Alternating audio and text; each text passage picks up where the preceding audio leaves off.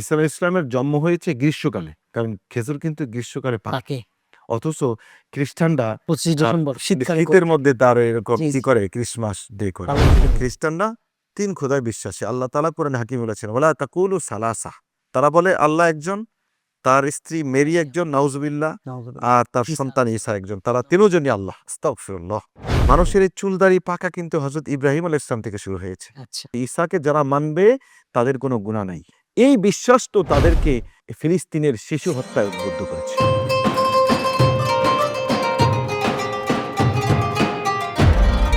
আসসালামু আলাইকুম ওয়া রাহমাতুল্লাহি ওয়া বারাকাতুহু। আলহামদুলিল্লাহি ওয়াহদা ওয়াসসালাতু ওয়াসসালামু আলা আবদিহিল মুস্তাবা আল মুস্তাফা ওয়া আলা আলিহি ওয়া সাহবিহি রাশাদা। প্রিয় দর্শক, আর রিপ্রেজেন্টস দি ইসলামিক পডকাস্ট সিজন 2 থেকে স্বাগত জানাচ্ছি মাসুম বিল্লাহ বিন রেজা। আজ আমার সাথে গেস্ট হিসেবে রয়েছেন বিশিষ্ট ইসলামী চিন্তাবিদ, মিডিয়া ব্যক্তিত্ব, ওয়াইজ শাইখ ইকবাল হোসাইন। আসসালামু আলাইকুম ওয়া রাহমাতুল্লাহি ওয়া বারাকাতুহু। ওয়ালাইকুম সালাম ওয়া রাহমাতুল্লাহি ওয়া বারাকাতুহু। শাইখ কেমন আছেন সব মিলে? আলহামদুলিল্লাহ, আপনারা কেমন আছেন? আলহামদুলিল্লাহ, আমরাও ভালো আছি। জাযাকুমুল্লাহু খাইর। জাযাকাল্লাহ খাইর। আজ আমরা যে বিষয় নিয়ে কথা বলবো, যেসব ঘটনা এবং শিক্ষা নিয়ে, সেটা হচ্ছে ঈসা আলাইহিস সালাম। শুরুতে ঈসা আলাইহিস সালামের জন্ম যে স্বাভাবিক না, সেটা সম্পর্কে জানবো ইনশাআল্লাহ। আল্লাহু আকবার। প্রতিদিনের পুষ্টির চাহিদা পূরণে পরিপূর্ণ আস্থায় আরডি UHT মিল্ক, ভালোবাসার বিশুদ্ধতায়। হযরতে ঈসা আলাইহিস সালাম, তাকে আল্লাহ তাআলা কালিমাতুল্লাহি ওয়া রূহ, আল্লাহ তাআলার কালিমা এবং আল্লাহর রূহ বলে সম্বোধন করেছেন। জলিল কদর পয়গম্বর এবং রাসূল। আমাদের নবীর আগে তিনি সর্বশেষ নবী রাসূল ছিলেন। এর মধ্যে অনেক লম্বা একটা গ্যাপ ছিল, যাকে ফাতরাতুর রাসূল বলা হয়। হ্যাঁ, তো ঈসা আলাইহিস সালাম আল্লাহ তাআলার এক বিস্ময়কর কুদরতের বহিঃপ্রকাশ, জি জি। যাকে আল্লাহ সুবহানাহু ওয়া তাআলা বলেছেন যে ইন্না মাসালা ঈসা ইনদাল্লাহি কামাসালি আদম। আদম আল্লাহ তাআলা বলেছেন যে ঈসা আলাইহিস সালামের দৃষ্টান্ত হলো আদম আলাইহিস সালামের মতো। মতো আদম আলাইহিস সালামকে আল্লাহ যেমন বাবা এবং মা ছাড়াই ওয়াই সৃষ্টি ছাড়া করেছেন, সৃষ্টি করেছেন। অনেকেই যারা বিশেষভাবে ইহুদিবাদী, নাউজুবিল্লাহ, তারা তো ঈসা আলাইহিস সালামকে জারজ সন্তান বলে। আস্তাগফিরুল্লাহ। জনক ইউসুফ মিস্ত্রির সন্তান বলে আখ্যায়িত করেছে। আস্তাগফিরুল্লাহ। আল্লাহ তাআলা বলেছে যে ঈসা আলাইহিস সালাম তো বাবা ছাড়া হয়েছে, কিন্তু আদম আলাইহিস সালাম তো আমি বাবা এবং মা ছাড়াই সৃষ্টি করেছি। আশ্চর্য হওয়ার কি আছে? তো ঈসা আলাইহিস সালামের জন্মটা ছিল একটা অলৌকিক। হযরত মারিয়াম বিনতে ইমরান, আল্লাহ তাআলা তাকে নির্বাচন করেছেন, পুত পবিত্র করেছেন। আল্লাহ মারিয়ামের কথা কোরআনে হাকিমে বলেছেন, জি। সেই দিকে আমরা যাব না। তো মারিয়াম আলাইহিস সালামের পেটের মধ্যে জিবরিল আলাইহিস সালাম রূহ ফুঁকে দিয়েছিলেন। হ্যাঁ, ফাতামাসসালা লাহা বাশারান সাওয়িয়্যা ক্বালাত ইন্নী আউযু বির-রাহমানি মিনকা ইন কুনতা তাকিয়্যা। হযরত মারিয়াম তো ভয় পেয়ে গিয়েছেন। জিবরাইল আলাইহিস সালামকে দেখে, হ্যাঁ, তুমি যদি আল্লাহকে ভয় করে থাকো তাহলে এখান থেকে সরে যাও।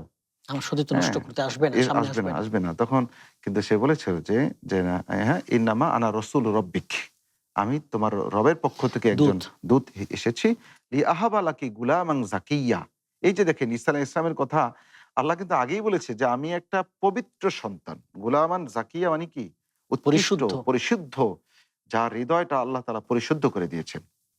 মানুষ তো পরিশুদ্ধ হওয়ার জন্য চেষ্টা করতে হয়, কিন্তু আল্লাহ ঈসা আলাইহিস সালামকে আগে থেকেই পরিশুদ্ধ করে রেখেছেন। সুবহানাল্লাহ। মারিয়াম বিনতে ইমরান, তিনি যখন গর্ভবতী হয়ে গেলেন, তিনি এক দূর জায়গায় চলে গেছে। কোরআনে হাকিমে যেটা এসেছে, জি জি। ফাজা, হ্যাঁ, জিযঈন নাখলা, তার এই গর্ভাবস্থা তাকে একটি খেজুর গাছের গোড়ায় আশ্রয় নিতে বাধ্য করেছে। মানুষের যেমন সাধারণত 9 মাস পর্যন্ত পেটে থাকতে হয়, কিন্তু এটা এতদিন সময় নেয়নি, অল্প কিছুদিনের মধ্যেই এটা হয়েছে। সেখানে ঈসা আলাইহিস সালামের জন্ম হয়েছে। হ্যাঁ, যেটাকে বেতেলহেম বলে ইহুদিরা, বাইতুল লাহাম শব্দটা মূলত। সেখানে ঈসা আলাইহিস সালামের জন্ম হয়েছে অলৌকিকভাবে। কিন্তু তখন মারিয়াম বিনতে ইমরান এতই চিন্তিত ছিল, তখন তিনি আফসোস করে বলেছিলেন যে ইয়া লাইতানি মিত্তু ক্বাবলা হাযা ওয়া কুনতু নাসিয়াম মানসিয়া, যে হায়, আমি যদি এর আগেই মরে যেতাম। কারণ এমন একটা লজ্জার বিষয় তার মধ্যে কাজ করতেছিল যে পুরুষ ছাড়াই, বিবাহ শাদী ছাড়াই আমার সন্তান হয়েছে। তখন কিন্তু আল্লাহ তাআলা তাকে সান্ত্বনা দিয়েছে। হ্যাঁ, ফাকুলি ওয়াশরাবি ওয়া কররি আইনা, হ্যাঁ, তুমি এরকম পান করো, খাও, পান করো। একটি মরা খেজুর গাছ বলেছে যে তুমি এই খেজুর গাছের পাতা ধরে নাড়া দাও, তোমার উপর পাকা খেজুর পড়বে। দেখেন এখানে কি মুজিজা, এখান থেকে পাকা খেজুর পড়লো। এখান থেকে বোঝা যায় যে ঈসা আলাইহিস সালামের জন্ম হয়েছে গ্রীষ্মকালে, কারণ খেজুর কিন্তু গ্রীষ্মকালে পাকে। অথচ খ্রিস্টানরা 25 তার ডিসেম্বর শীতকালে করে শীতের থাকে। মধ্যে তার এরকম জি, কি জি। করে ক্রিসমাস ডে করে। পালন করে ভুল আসলে। এটা ভুল, সম্পূর্ণই তাদের ধর্মটাই তো ভুলের উপরে প্রতিষ্ঠিত, বোঝে না। এটা তো ইহুদি কর্তৃক রচিত তাদের এই ধর্মটা। তো ঈসা আলাইহিস সালামের জন্ম হলো, তো আল্লাহ তাআলা তাকে শিখিয়ে দিলেন যে ঠিক আছে, তুমি যদি ভয় পাও, যখন লোকদের কাছে তুমি তাকে নিয়ে যাবা, তখন তুমি কি ঈসা বলবা? আলাইহিসসালামকে নিয়ে। যে তুমি বলবা যে ইন্নী নাযারতু লির-রহমানি লির-রহমানি সাওমা সাওমা ফালান উকাল্লিমাল ইয়াওমা ইনসিয়্যা। ইনসিয়্যা। যে আমি তো রহমানের জন্য মান্নত করেছি রোজা, সিয়াম। সিয়াম মান্নত করেছি। আর আগের জমানায় সিয়ামের সাথে সাথে খাবারের সাথে সাথে কথা না বলা, হুম, এটাও একটা তাদের শরীয়তের আইন ছিল। জি।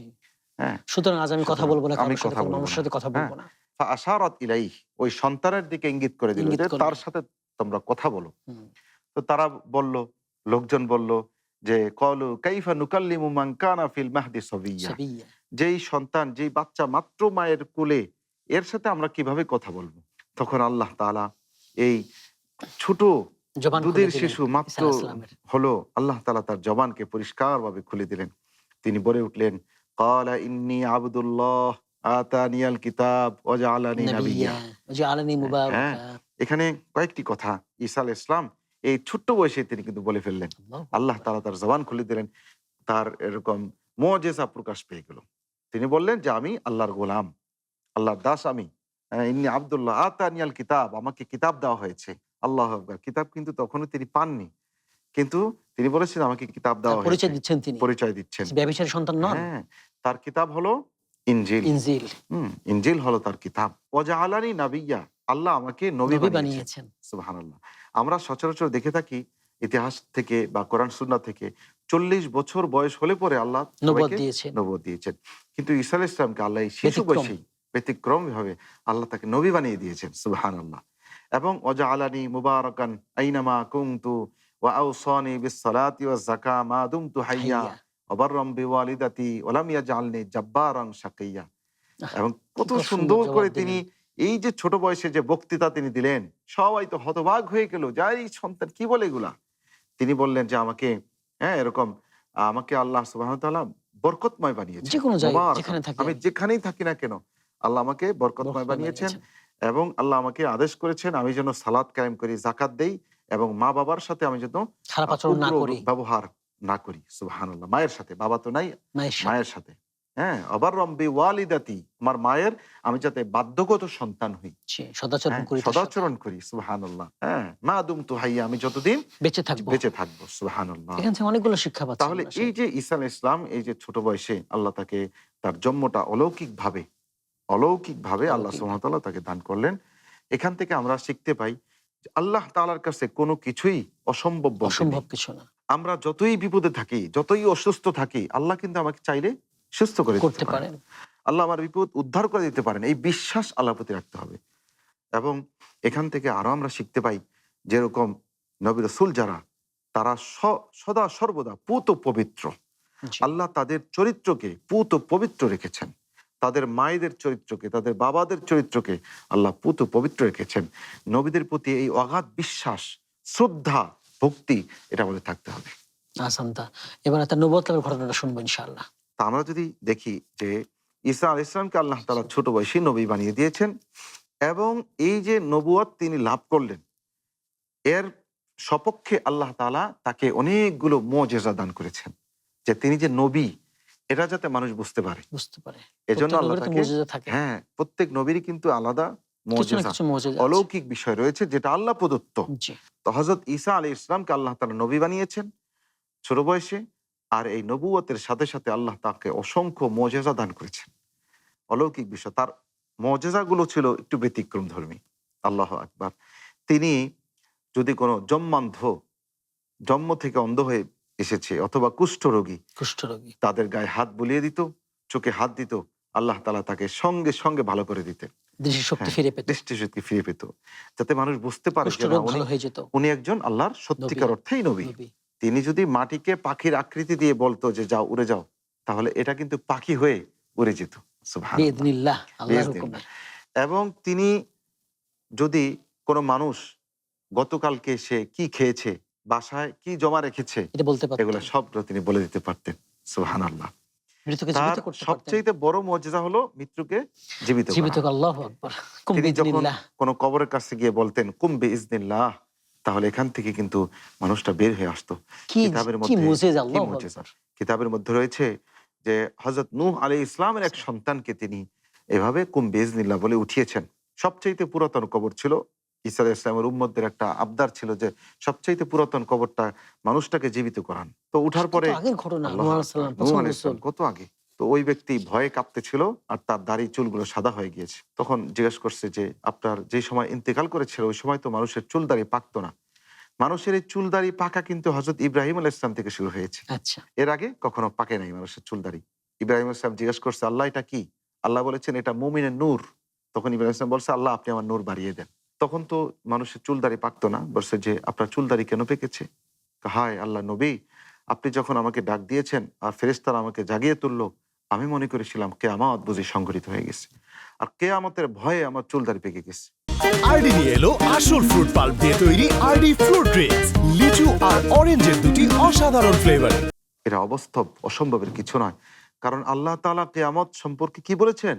যে কেয়ামতের ভয়াবহতা এমন, ইয়াউমা তারাউনাহা তাযহালু কুল্লু মুরদিআতিন আম্মা আরদাআত ওয়া তাদউ কুল্লু যাতি হামলিন হামলাহা। সূরা হজের মধ্যে। কেয়ামতের ভয়ে প্রত্যেকটা দুধ দানকারী মা তার সন্তানকে ভুলে ভুলে যাবে। যাবে এবং গর্ভবতী নারীরা তাদের গর্ভের সন্তানকে প্রসব করে ফেলবে। সবাইকে পাগল সুকারা মনে আল্লাহু হবে। আকবার, মানুষ পাগল। নেশাগ্রস্ত মনে হবে। দেখেন এই কি ঈসা আলাইহিস সালাম, কিয়ামতের ঘটনা হ্যাঁ, কত ঈসা আলাইহিস সালাম ভয়ঙ্কর। এই ব্যক্তি উঠানোর পরে তার চুল দাড়ি পেকে গিয়েছিল চিন্তায়, পেরেশানিতে। আল্লাহু আকবার। তাহলে ঈসা আলাইহিস সালামের এই সমস্ত অলৌকিক বিষয় ছিল এবং তিনি তাওরাত কিতাবের সত্যায়নকারী। আল্লাহ তাআলা কোরআন হাকিমের সূরা সফের মধ্যে বলেছে, জি। ওয়াইদ ক্বালা ঈসা ইবনু মারইয়াম ইয়া বানী ইসরাঈল ইন্নী রাসূলুল্লাহি ইলাইকুম মুসাদ্দিকাল লিমা বাইনা ইয়াদাইয়া মিনাত তাওরাহ ওয়া মুবাশশিরাম বিরাসূলিন ইয়াতি মিন বা'দি ইসমুহু আহমদ। ঈসা আলাইহিস সালাম একই সাথে তাওরাত কিতাবের সত্যায়নকারী এবং তিনি আমাদের নবীর প্রতি যে নবী আসবেন, সুসংবাদদাতা। এই নবী আগমনের সুসংবাদদাতা হিসেবে দুনিয়াতে এসেছিলেন। সুবহানাল্লাহ। আমি তোমাদেরকে এমন এক নবীর সুসংবাদ দিচ্ছি, মুবাশশিরা বিরাসূল ইয়াতি মিন বাদি, যে আমার পরে আসবে, ইসমুহু আহমদ, যার নাম হবে আহমদ। সুবহানাল্লাহ। তো ঈসা আলাইহিস সালাম আমাদের নবীর সুসংবাদ দুনিয়া থেকে দিয়ে গিয়েছে। তো এখান থেকে আমরা শিখতে পাই যে এরকম আল্লাহ সুবহানাহু ওয়া তাআলা যে সমস্ত নবী রাসূল দুনিয়াতে পাঠান, নবুয়তি যা আল্লাহ যাদেরকে দান করেন, তাদেরকে আল্লাহ তাআলা অনেক মুজিজা দান করেন ইসলাম আর প্রচারের স্বার্থে, প্রচারের ঈমান সাথে। আনার জন্য আর মানুষের। এই মুজিজাগুলো সত্য। জি। এই মুজিজার প্রতি কারো যদি ঈমান না থাকে, বিশ্বাস না থাকে, তাহলে সে পূর্ণ মুমিন বলে বিবেচিত হবে হবে না। না, এবং এটা আল্লাহর পক্ষ থেকে আসে। আল্লাহর পক্ষ থেকে আসে। এজন্য নবী রাসূলুল্লাহ যে সমস্ত মুজিজা প্রদর্শন করেছে এগুলোকে সত্য বলে স্বীকার করতে হবে। স্বীকার করতে আহসানতা। এবারে তার যে ঘটনাটা জানবো, যে তিনি মৃত্যুবরণ করেন নাই, হ্যাঁ, আল্লাহ তাআলা তাকে তুলে নিয়েছেন, তুলে নিয়েছেন। এটা জানবো আল্লাহু ইনশাআল্লাহ। আকবার। আমা ক্বাতালুহু আমা সালাবুহু ওয়ালাকিন ওয়ালাকিন শুব্বিহা শুব্বিহা লাহুম। লাহুম। কোরআন হাকিমের মধ্যে আল্লাহ তাআলা বলেছে যে ঈসা আলাইহিস সালামকে তারা হত্যাও করতে পারেনি, শুলবিদ্ধ তাকে করতে পারে। ক্রুশবিদ্ধও করতে পারেনি। এখন যে গল্প আমাদের সামনে, রং মাখা গল্প আমাদের সামনে নিয়ে এসেছে জি খ্রিস্টানরা, এটা মূলত ইহুদিদের একটা পার্ট। জি জি। তারা গল্প সাজিয়ে নিয়ে এসেছে যে ঈসা নিজেই ক্রুশবিদ্ধ হয়েছেন, আত্মহত্যা করেছেন। নাউজুবিল্লাহ। কেন? কিয়ামত পর্যন্ত তাকে যারা আল্লাহ বলে স্বীকার করবে। খ্রিস্টানরা ৩ খোদায় বিশ্বাসী। আল্লাহ তাআলা কোরআনে হাকিমে বলেছেন, ওয়ালা তাকুলু সালাসা, তোমরা ৩ খোদা, তৃতীয়বাদ। তৃতীয়বাদ এটা বলবে না, এটা নিষেধ। তারা বলে আল্লাহ একজন, তার স্ত্রী মেরি মারিয়াম। একজন, নাউজুবিল্লাহ, নাউযুবিল্লাহ। আর তার ঈসা সন্তান আলাইহিস ঈসা সালাম। একজন। তারা নাউযুবিল্লাহ। তিনজনই আল্লাহ। আস্তাগফিরুল্লাহ। তো তাদের রং মাখা যে গল্প, চটকদার যে গল্প, সেটা হলো যে ঈসাকে যারা মানবে তাদের কোনো গুনাহ নাই। উনি সব তাদের নিজে সব প্রায়শ্চিত্ত গুনাহ করবেন। নিজের কাঁধে নিয়ে প্রায়শ্চিত্ত হিসাবে আত্মহত্যা করেছেন। আস্তাগফিরুল্লাহ, নাউযুবিল্লাহ। নাউযুবিল্লাহ। এই বিশ্বাস তো তাদেরকে ফিলিস্তিনের শিশু হত্যায় উদ্বুদ্ধ করেছে। এই নাউযুবিল্লাহ। বিশ্বাস তাদেরকে ইরাকের মা বোন হত্যায় উদ্বুদ্ধ করেছে। এই বিশ্বাস তাদেরকে বর্তমানে ইরান আক্রমণে উদ্বুদ্ধ করেছে যে আমাদের তো কোনো গুনাহ নাই, আমাদের সব গুনাহ তো ঈসা তার কাঁধে নিয়ে সেই ক্রুশবিদ্ধ হয়েছে। আস্তাগফিরুল্লাহ। অবাস্তব। অথচ আল্লাহ সুবহানাহু ওয়া তাআলা বলেছেন, লা তাজিরু ওয়াজিরাতুন উযরা উখরা, আমি একের শাস্তি অন্যকে কখনোই দেব কেউ না, কারো বোঝা বহন করবে বহন না করবে সেদিন। না। আল্লাহু আকবার। তাহলে এই যে ঈসা আলাইহিস সালাম, তাকে তাহলে কি হলো? ইহুদিরা আল্লাহ তুলে বিশ্বাসই করতো নিয়েছেন। না। ইহুদিরা তাকে আল্লাহর নবী বলে স্বীকার করতো না। স্বীকার তাকে করতো। তাকে জারজ সন্তান বলতো। আস্তাগফিরুল্লাহ মিন যালিক। জি। এইজন্য নাউযুবিল্লাহ। তাকে হত্যা করার জন্য তারা চক্রান্ত করলো। তারা একটা ঘরের মধ্যে আটকালো, আটকিয়ে সেখানে একজন পাহারাদার নিযুক্ত করলো। আল্লাহ সুবহানাহু ওয়া তাআলা তাকে সশরীরে জীবিত অবস্থায় আসমানে উঠে তুলে নিয়ে গেলেন, নিলেন, তুলে নিলেন। এবং তিনি আসমানের মধ্যে আছে, আছেন, এখনো আছে। মেয়েরাজে গিয়ে আল্লাহ রসুল দেখে এসেছেন, দেখেছেন, কথা বলে সালাম এসেছেন। বিনিময় করেছেন। প্রতিদিনের পুষ্টির চাহিদা পূরণে পরিপূর্ণ আস্থায় আরডি ইউএচটি মিল্ক, ভালোবাসার বিশুদ্ধতায়। এদিক থেকে আল্লাহ কি বলেছেন, ওয়ালাকিন সুব্বিহ লাহুম, যে ব্যক্তি পাহারাদার ছিল ওই ব্যক্তিকে আল্লাহ তাআলা ঈসা আলাইহিস সালামের চেহারা বানিয়ে দিলেন। তারা এসে এই ব্যক্তিকেই হত্যা করলো, কিন্তু হত্যার কিছুক্ষণ পরে দেখলো যে আমাদের এই লোক ব্যক্তি কই? তো আমাদের লোক। বলা হয় যে সে হলো সর্দারের ভাই, সর্দার তাকে বিশ্বাস করে রেখে গিয়েছিল। হুম, এখন তারা একটা গল্প সাজালো, তাকে ক্রুশবিদ্ধ তারা ইচ্ছা মতো করে বলছে এই যে ঈসা কি হয়েছে, আত্মহত্যা করেছে।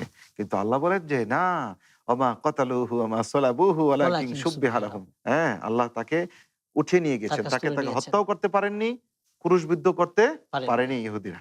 সুবহানাল্লাহ। তাহলে এখান থেকে আমরা শিখতে পাই, যারা আল্লাহর জন্য কাজ করে, যারা আল্লাহ দিন প্রচারের জন্য কাজ করে, আল্লাহই তাদের হেফাজত করে। হেফাজতকারী। বিভিন্ন বিপদে আপদে আল্লাহই তাদের পাশে সহায়ক হিসাবে থাকবেন।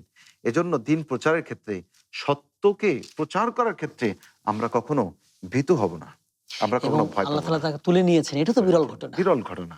আল্লাহ আকবার। জীবিত রেখে দিয়েছেন এখন হ্যাঁ, পর্যন্ত। এখনো জীবিত রয়েছে। শেষ ঘটনাটা তা আবার পৃথিবীতে ফিরে আসা, সেটা জানবো ইনশাআল্লাহ।